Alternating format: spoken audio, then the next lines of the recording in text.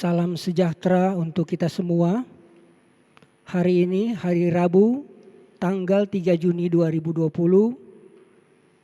dalam rangkaian ibadah online dengan menyikapi pandemi COVID-19, kiranya kesetiaan kita semua beribadah di rumah masing-masing bersama keluarga menjadi ungkapan syukur kita bagi kemuliaan nama Tuhan, serta menjadi berkat yang meneguhkan iman kita semua.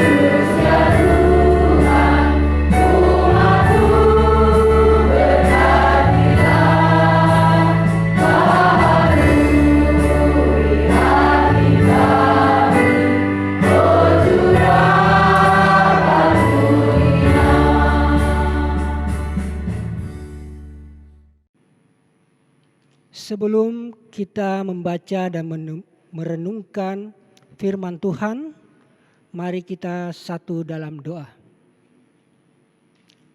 Allah Bapa yang berkuasa, terima kasih ya Tuhan karena kehadirat-Mu yang kudus, yang tetap setia melayani, membimbing kami ya Tuhan.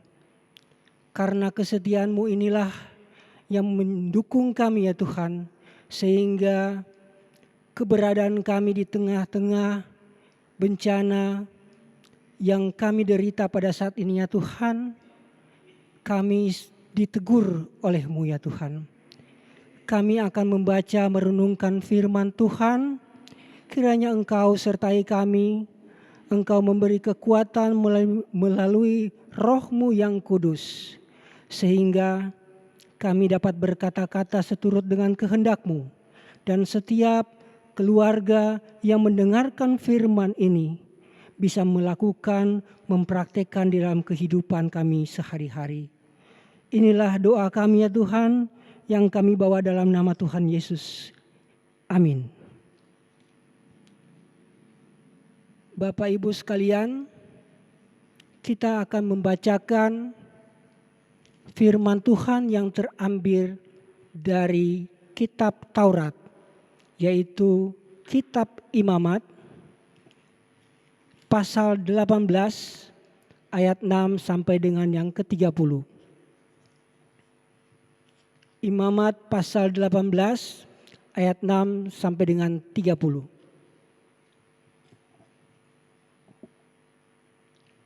Siapapun di antaramu janganlah menghampiri seorang kerabatnya yang terdekat untuk menyingkapkan auratnya.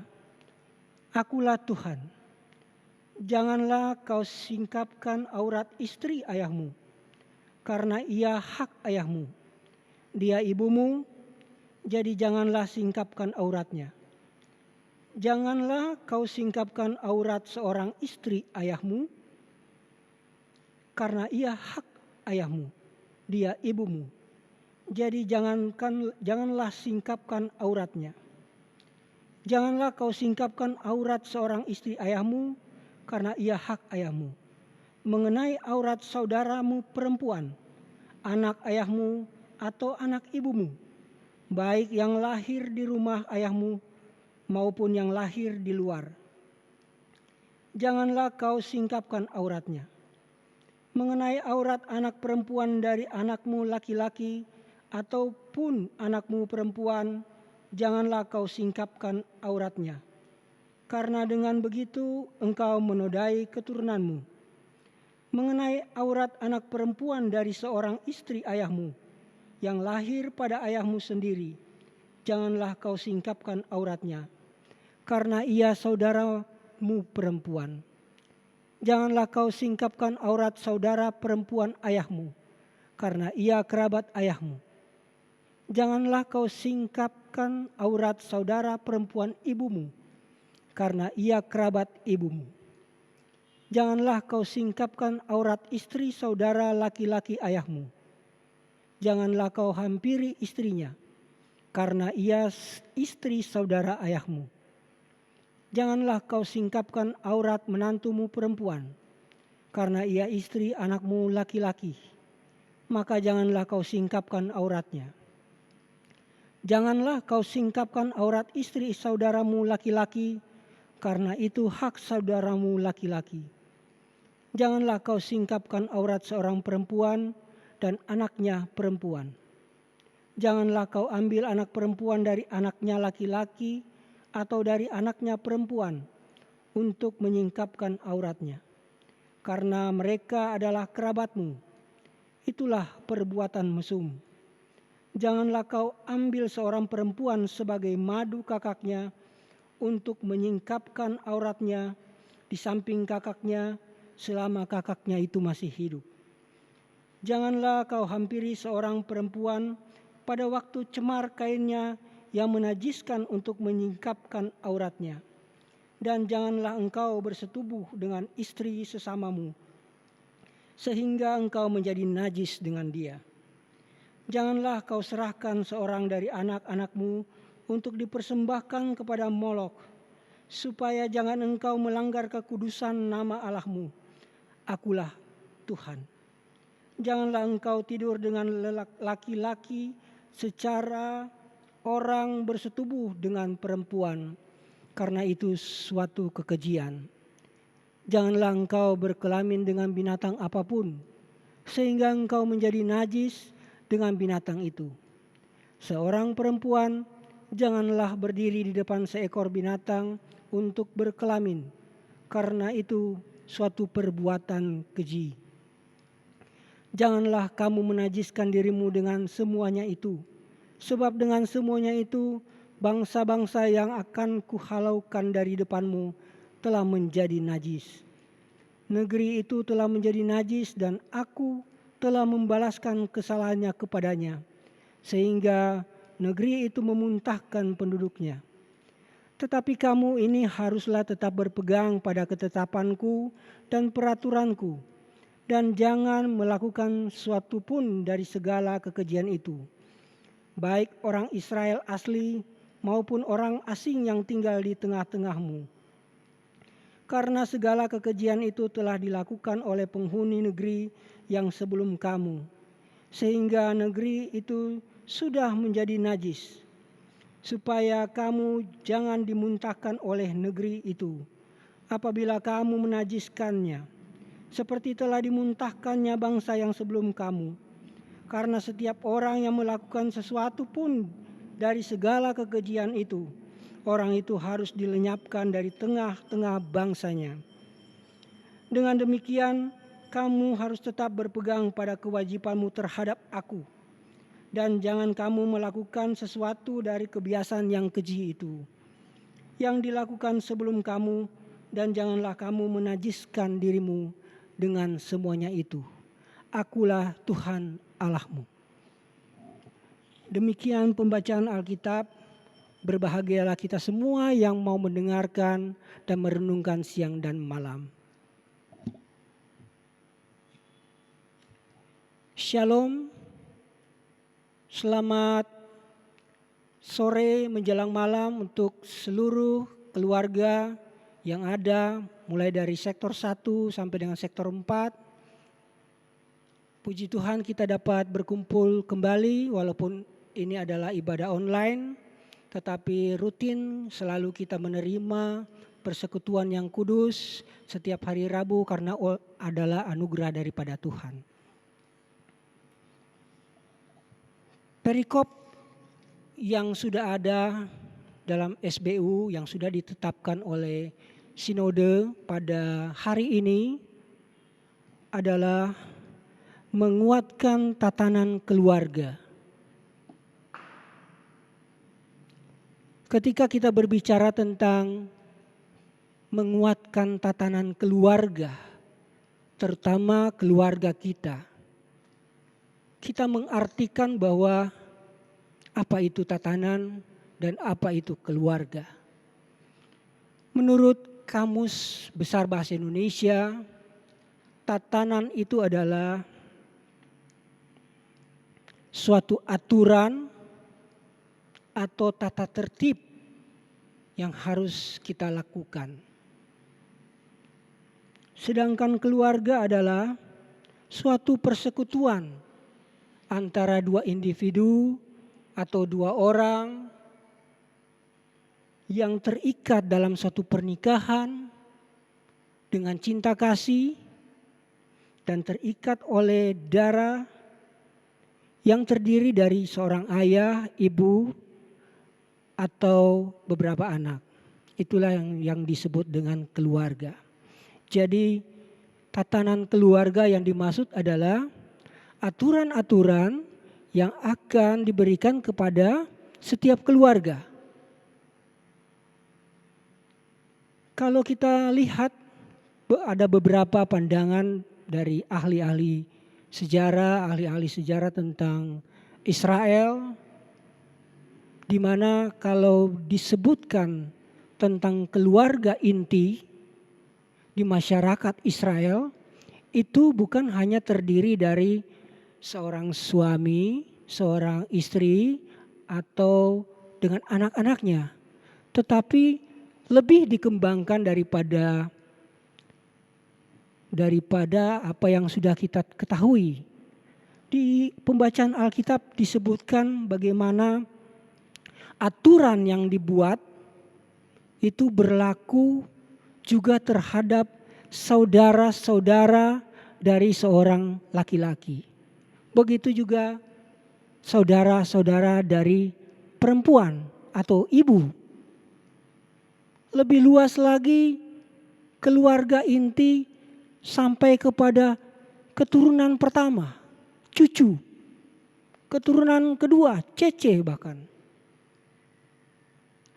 Inilah yang disebut dengan keluarga inti pada waktu kita membicarakan sejarah Israel di saat mereka keluar dari tanah Mesir, kemudian mereka pergi ke tanah Kanaan atau tanah perjanjian. Bapak Ibu yang saya kasih dalam Yesus Kristus, kenapa aturan itu dibuat? Kenapa aturan itu begitu penting bagi kita? Karena keluarga, walaupun suatu keluarga yang paling terkecil, merupakan dasar atau fondasi dari suatu gereja atau suatu masyarakat. Gereja dilandasi oleh fondasi yang terdiri dari keluarga-keluarga Kristen, keluarga-keluarga yang percaya. Jadi kalau kita berbicara tentang gereja secara keseluruhan, hal yang paling penting yang harus kita ingat adalah keluarga. Makanya Tuhan memberikan suatu aturan yang bukan cuman hanya basa-basi, tetapi aturan ini begitu detil. Sangat detil diatur. Termasuk aturan pernikahan dengan kerabat. Kenapa demikian, Bapak Ibu Saudara sekalian? Apakah masih relevan kita berbicara kondisi 4.000 tahun yang lalu dengan yang sekarang? Sangat relevan, saudara. Kenapa? Karena pada waktu Israel keluar dari tanah Mesir, kemudian masuk ke tanah Kanaan, mereka berperang, mereka menang. Kemudian pada waktu itu, sebelum Israel itu bersatu kembali, mereka melakukan suatu pengumpulan berdasarkan keluarga. Mereka berkelompok berdasarkan keluarga besar, keluarga inti. Keluarga yang ada di Israel pada waktu itu berkemah di beberapa tempat, masing-masing sesuai dengan urutan silsilah dari keluarga tersebut. Saat ini ketika kita juga lagi mengalami depresi, lagi mengalami goncangan, bagaimana penyakit COVID-19 yang belum ada obatnya, belum ada penangkal, kita masing-masing berkumpul di rumah masing-masing. Kita sering bertatap muka dengan keluarga masing-masing. Ini juga yang diingatkan oleh Tuhan kepada bangsa Israel, bahwa hati-hati ketika kita berkumpul bersama, sudah tidak ada lagi sosialisasi dengan banyak orang. Tuhan mengingatkan kepada bangsa Israel, tidak boleh sembarang untuk menikah. Menikah dengan kerabat sendiri. Makanya ayat yang pertama yang kita baca pada hari ini dimulai dengan ayat ke-6, bukan suatu kebetulan. Tetapi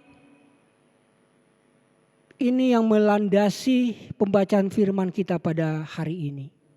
Kenapa? Karena ini yang membedakan antara orang Israel dan orang Mesir. Ini yang membedakan antara orang Israel dan orang Kanaan. Karena orang-orang di luar Israel melakukan hal-hal yang tidak diinginkan oleh Tuhan.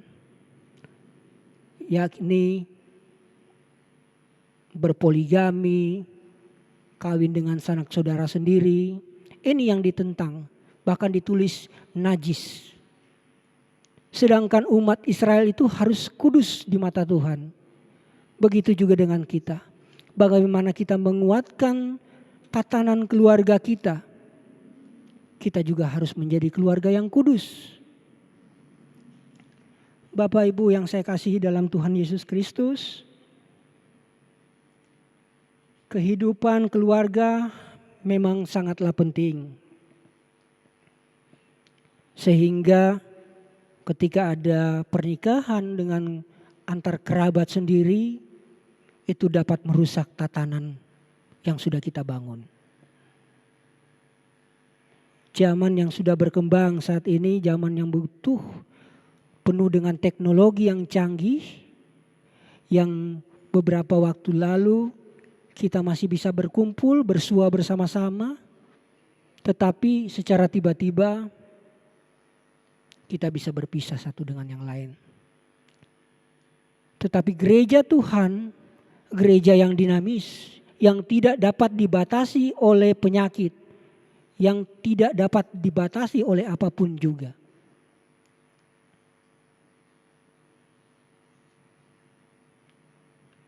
Bapak Ibu Saudara yang saya kasihi, kenapa tidak terbatasi? Ya kita masih bisa berjumpa melalui online. Melakukan tugas panggilan gereja. Kita masih bisa melakukan diakonia. Bagi-bagi sembako. Tetap beribadah di rumah masing-masing. Hari Minggu kita beribadah. Hari Rabu kita beribadah. tidak dapat dibatasi, saudara sekalian. Makanya salah satu panggilan tugas yang paling penting koinonia adalah bersekutu. Kita terpanggil untuk tetap bersekutu. Saudara-saudara kita yang di luar sana sangat sulit beribadah. Tetapi bagi kita tidak ada yang mustahil untuk beribadah, walaupun ibadah online. Terus yang jadi pertanyaan adalah apa tujuan ketika tata tertib, aturan dibuat supaya menguatkan tatanan keluarga kita? Saya melihat ada dua tujuan yang besar di sini. Pertama adalah menjadi keluarga yang kudus.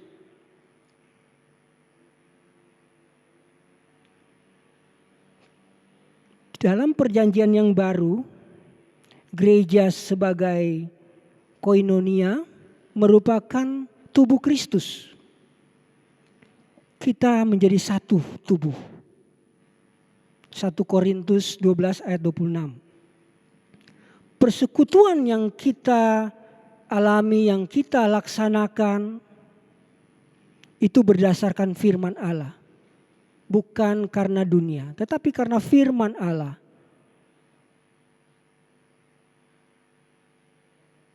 Kita tetap melakukan perjamuan kudus di rumah masing-masing.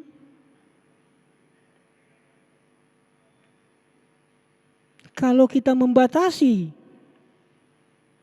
ibadah yang kita lakukan hanya sebatas kita bisa bertatap muka, gereja tidak akan terselamatkan. Tetapi sifat dari ibadah itu sendiri adalah keselamatan. Jadi tanpa kita berjumpa, kita tetap diselamatkan. Kita harus aminkan. Kemudian ketika kita melakukan persekutuan tersebut, persekutuan dengan tujuan untuk merefleksikan kekudusan yang kita jalani dalam kehidupan kita sehari-hari. Kalau kita bersyukur di dalam kehidupan kita sehari-hari, baik karena kesehatan kita, walaupun pada saat pandemik ini kita masih diberikan pekerjaan, kita masih bisa ditambahkan usia. Tentunya kita harus bersyukur. Bersyukur itu diungkapkan di dalam persekutuan, di dalam ibadah-ibadah seperti yang kita lakukan pada hari ini. Bapak, Ibu, adik-adik, saudara yang saya kasihi dalam Tuhan, di dalam menyampaikan syukur kita tetap masih semangat memberikan persembahan, kita masih semangat untuk melayani. Itu karena anugerah Tuhan. Itu yang pertama. Yang kedua, tujuan yang kedua adalah kita membangun keluarga yang berkualitas. Yang pertama, keluarga yang kudus. Yang kedua adalah keluarga yang berkualitas. Kalau kita mencari keluarga yang berkualitas, berarti persekutuan kita juga harus punya kualitas. Kalau kita membeli produk barang, biasanya pepatah bilang kalau ada kualitas berarti ada harga. Begitu juga dengan ibadah kita.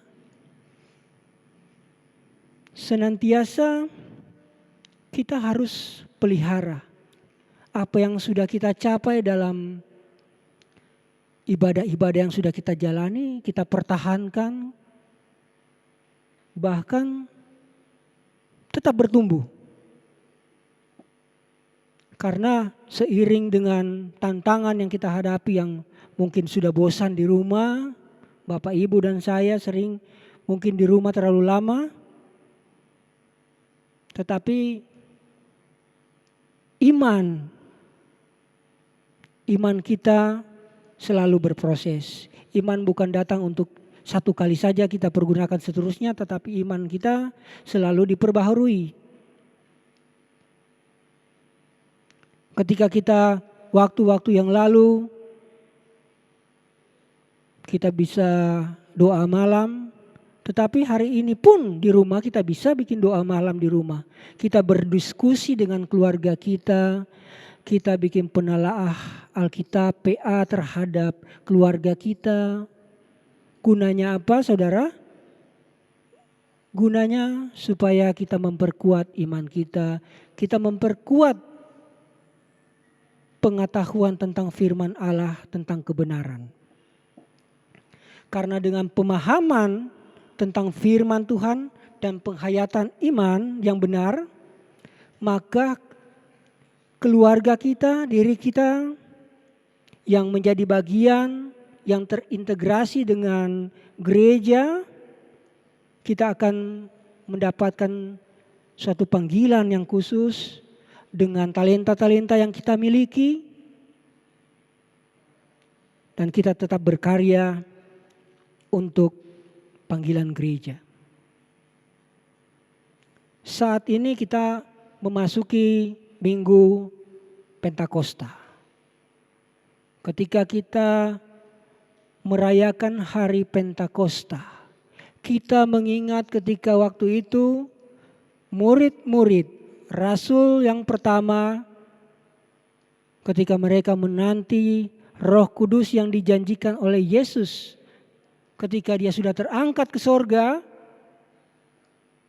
mereka menunggu 10 hari lamanya. Kemudian Roh Kudus turun. Pertanyaannya bagi kita, apakah kita sendiri, saudara dan saya, keluarga kita, hari ini kita dipenuhi dengan Roh Kudus atau tidak? Tapi saya percaya gereja ini, jemaat Sola Gracia, kita sudah ada karena kita dipenuhi oleh Roh Kudus. Kalau tidak dipenuhi Roh Kudus, tidak akan ada GPIB Sola Gracia.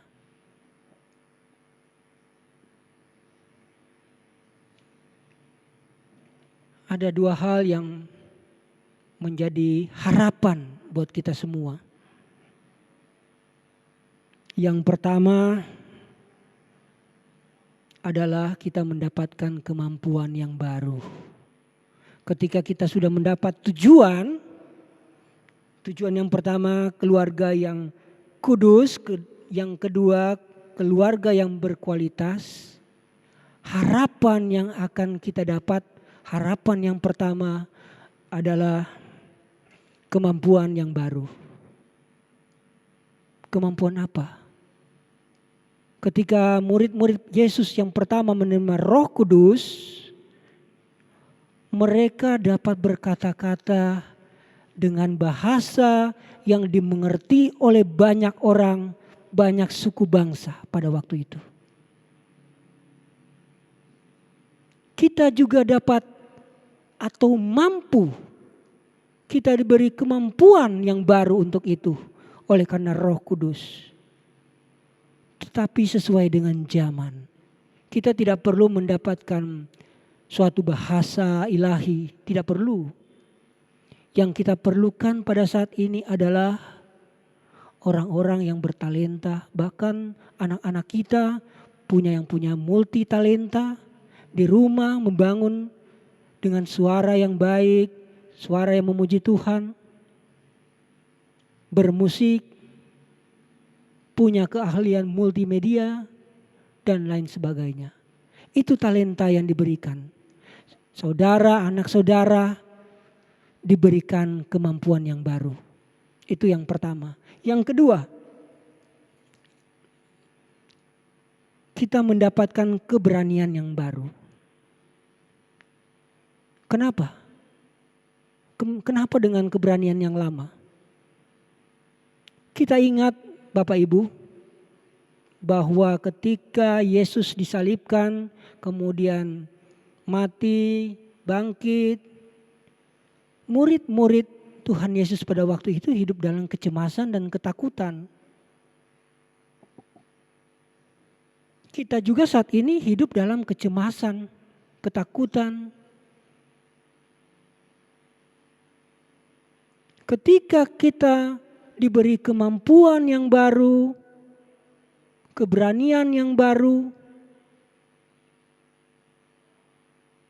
kita akan mampu untuk mengatasi yang kita takutkan selama ini.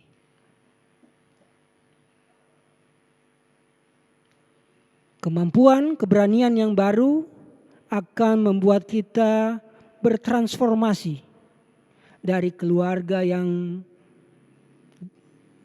lama menjadi keluarga yang baru.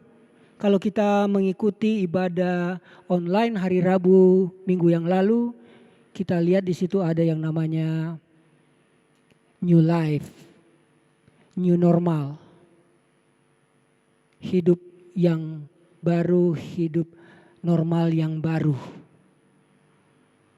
Bagaimana di situ diungkapkan dengan kehidupan kekristenan itu kita harus tekun berdoa, kemudian kita harus tekun membaca Alkitab, merenungkan siang dan malam.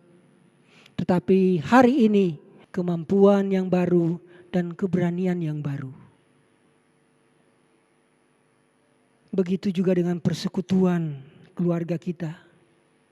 Dapat bertransformasi dari yang lama menuju yang baru. Kalau boleh saya ibaratkan seperti ulat dan kupu-kupu. Ulat mempunyai sifat lamban. Jika dipegang gatal. Jarak jangkauannya pendek sekali. Ketika kita menjadi anak, jika orang tua menyuruh kita, kita lambat untuk berespon. Sifat kita masih seperti ulat. Lambat jalannya.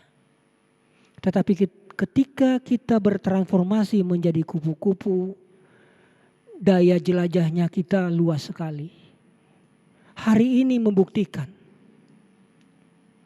3 bulan yang lalu ketika menjadi PF ibadah keluarga, yang mendengar adalah sektor kita masing-masing.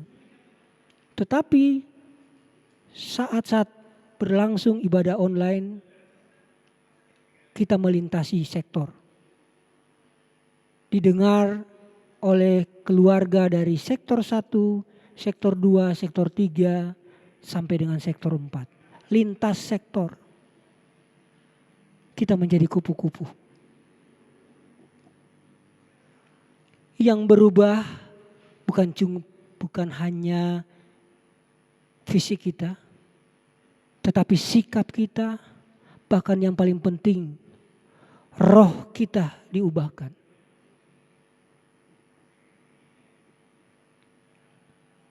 Apa yang menjadi kesimpulan di dalam pembacaan firman Tuhan pada hari ini? Yang pertama, keluarga adalah yang paling utama. Mungkin kita berada di tengah-tengah keluarga yang penuh dengan kasih, yang membesarkan anak-anak kita dengan baik, punya materi yang bagus. Tetapi saudara-saudara kita juga yang lain mungkin tidak seperti kita. Memang tidak mudah bagi suatu keluarga untuk hidup damai, punya tatanan keluarga yang begitu baik.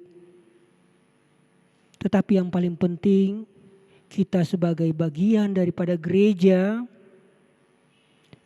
Allah yang dipulihkan, maka keluarga kita juga dipulihkan. Itu yang paling utama. Pernikahan yang baik, yang kudus, yang diinginkan oleh Tuhan, itu yang paling utama. Dan yang kedua adalah keluarga menjadi yang nomor 1.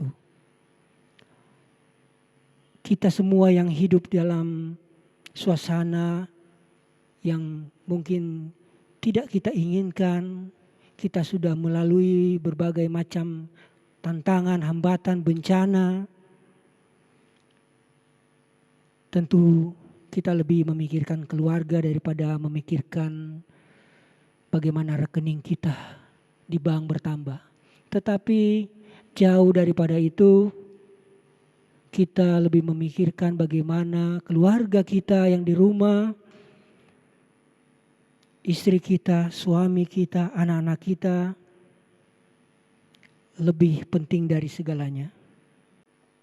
Kunci untuk memiliki keluarga yang kuat adalah mengikuti setiap ajaran daripada Tuhan Yesus Kristus. Jangan pernah berkecil hati. Kerja keras, keinginan kita untuk mendapatkan keluarga yang kudus, keluarga yang sempurna, tidak datang begitu saja. Sangat-sangat sulit. Sempurna hanya milik Tuhan.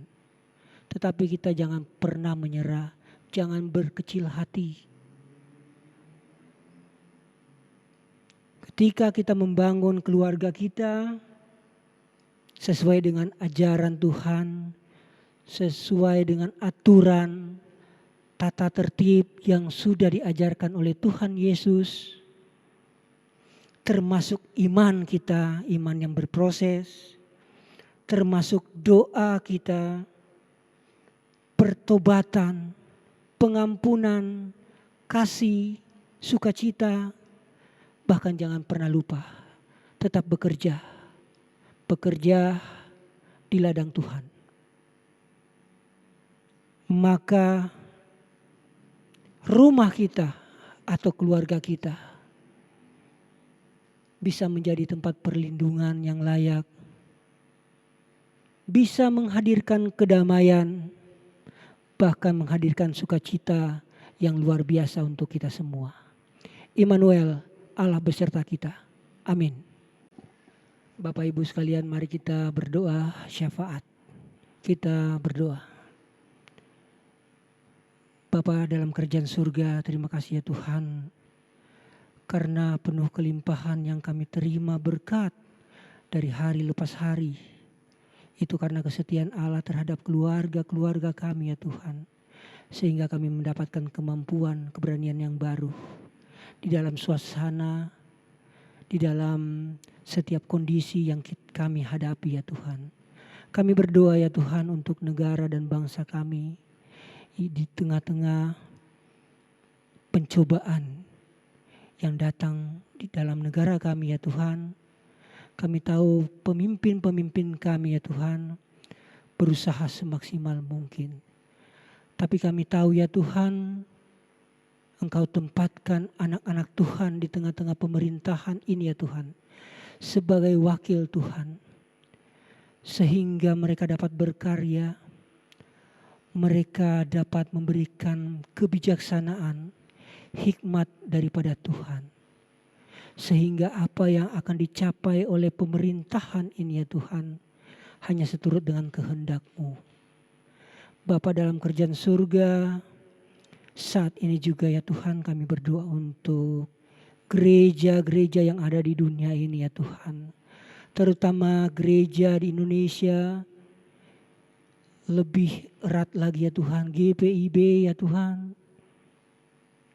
Dengan perkembangan saat ini, dengan banyaknya tugas dan tanggung jawab yang kemudian kami pikul bersama sehingga bukan menjadi beban. Tetapi kemudian ini menjadi berkat buat gereja-Mu, buat jemaat-Mu ya Tuhan. Pimpin ya Tuhan ketua jemaat kami, Ibu Pendeta Lucia Wema ya Tuhan. Beserta dengan keluarga,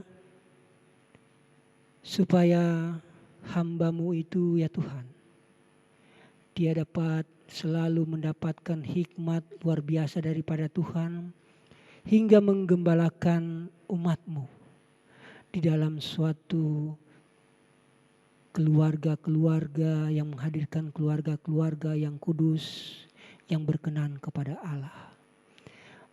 Kami juga berdoa untuk PHM dan untuk semua majelis yang ada di GPIB Sola Gracia ya Tuhan.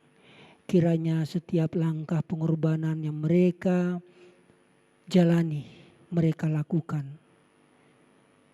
biarlah Engkau memberikan kekuatan sehingga apa yang dirasakan, apa yang direncanakan itu dapat berhasil dengan baik.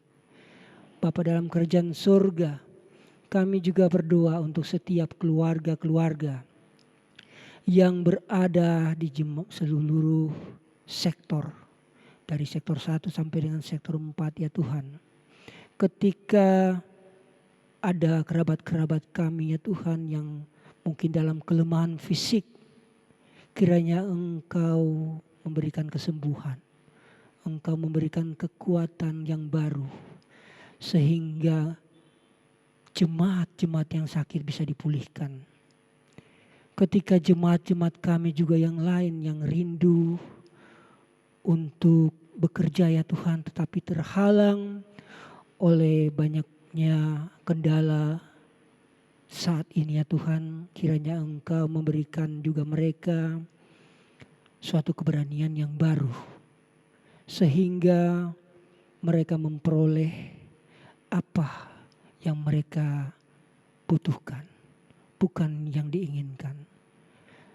Supaya setiap pekerjaan yang kami dapati tetap berkenan di hadapan-Mu Tuhan. Bapa dalam kerajaan sorga, terima kasih juga ya Tuhan. Seluruh aktivitas jemaat-Mu ini ya Tuhan, kami pertaruhkan hanya di dalam kasih Tuhan yang senantiasa menjaga kami, menaungi kami, menggendong kami ya Tuhan. Terima kasih Bapa, Engkau sudah menghantarkan ibadah ini bisa berjalan dengan baik ya Tuhan.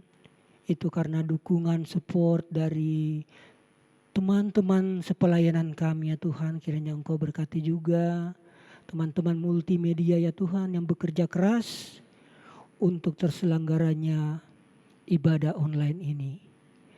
Bapa dalam kerajaan surga, banyak yang kami naikkan kepadamu ya Tuhan, ucapan syukur kepadamu.